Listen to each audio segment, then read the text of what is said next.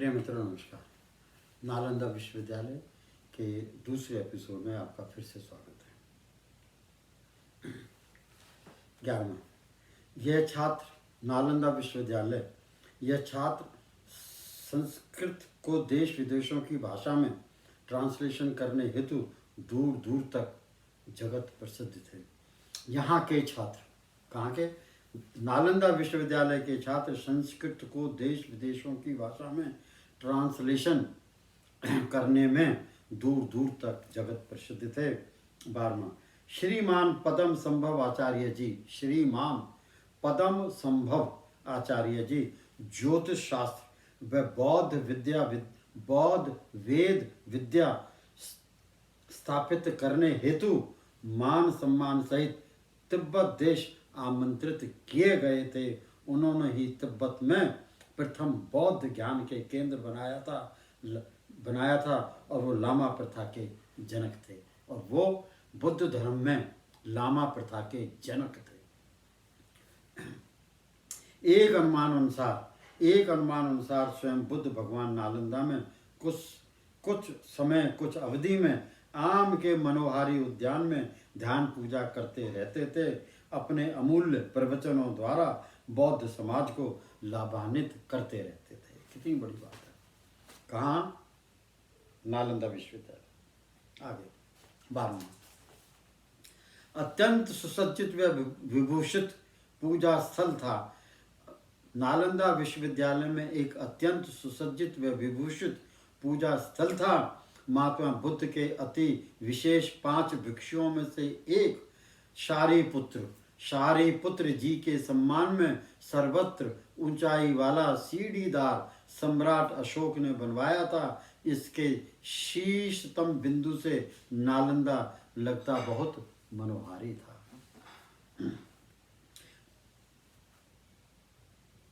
15वां,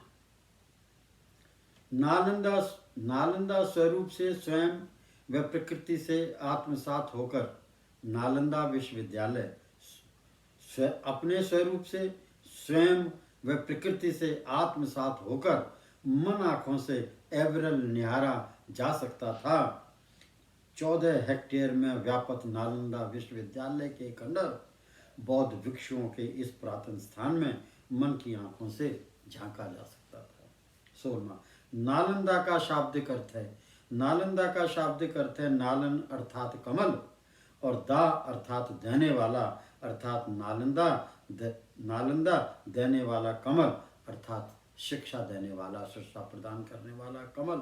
यही इसी वजह से नालंदा विश्वविद्यालय विश्व में एक उच्चतम विश्वविद्यालय कहलाया जाता था। 17वां, पुराने नालंदा विश्वविद्यालय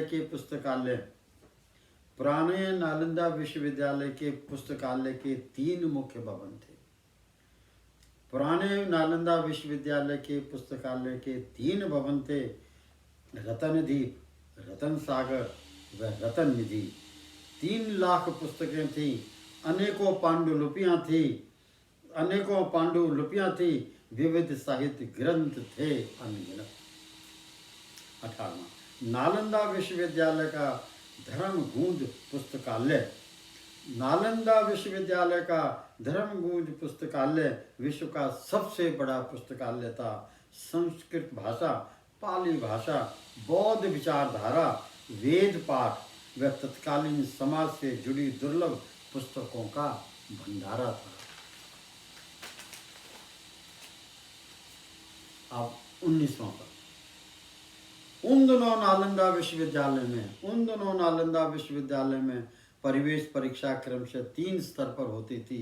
बड़े आश्चर्यजनक की बात है कि प्रथम परीक्षा विश्वविद्यालय के मुख्य द्वारा ही ली जाती थी।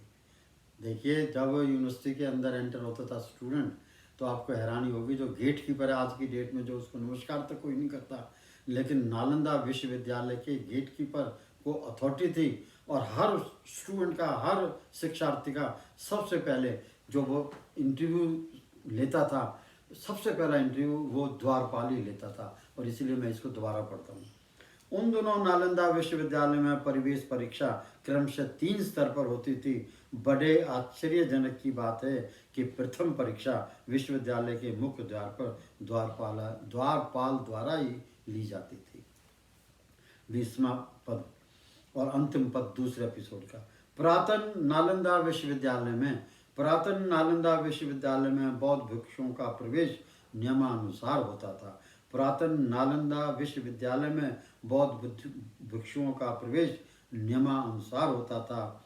5वीं कक्षा से 12वीं कक्षा हेतु प्रवेश किया जाता था।